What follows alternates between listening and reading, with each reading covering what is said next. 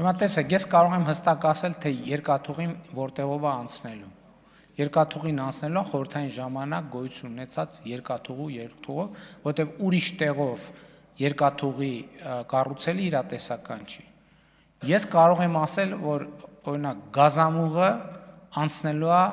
դրանից էականորեն հյուսիս։ Էլեկտրական գծերը անցնելու են էականորեն հյուսիս։ Ընդ որում ես չեմ կարող ասել, որովհետև ուսումնասիրությունները տեղում մենք արդեն սկսել ենք, չեմ կարող ասել նույնիսկ որոնք Սյունիքի մարզի հատվածում կմնան, որոնք Վայոց ձորի մարզի հատվածում, որովհետև դա հասկանում եք, բազմաթիվ գործոններից է կախված, այսինքն քարտեզի վրա ամեն ինչ հարթ է, թվում է թե որ դե ուզենաս գիծը կքաշես, բայց այնուամենայնիվ տեղանքը բնությունը ուրիշ բան է։ Ավտոճանապարհների հետ կապված, գիտեք, հյուսիսարավը կառուցվում է եւ մեծ հավանականությամբ մենք ճանապարհները այդ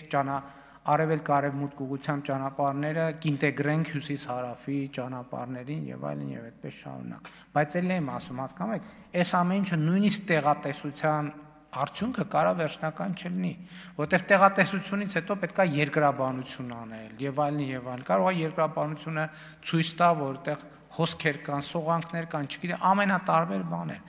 Այսինքն ես էլի ուզում եմ ասել, որ քննարկվում է տարբերակներ։ Երկաթուղին հստակ գիտենք, որ գազամուղը էականորեն ավելի հյուսիս առնելու, հստակ գիտենք, որ էլեկտրահաղորդման գծերը էականորեն ավելի հյուսիս առնելու, հստակ գիտենք, որ ճանապարհը ինչ որ մի ձևով ինտեգրված առնելու հյուսիս-հարավ, հստակ չգիտենք նավթամուղի հետ կապված ինչ կարող ենք ասել, որովհետև այնտեղ էլ ուրիշ հաշվարկներ կան, ուրիշ ներդրումային հնարավորություն կապված է նավթի միջազգային գներից նաև, որովհետև ինչ որ մի գնային հեռանկար կա, որը ներդրումային հետաքրքրություն մեծացնում է, նվազեցնում է եւ այսպես ինքը կենթանի process է, բայց ես մի բան կարող եմ հաստատ ասել, այդ նախագիծը իրականացվելու է եւ շատ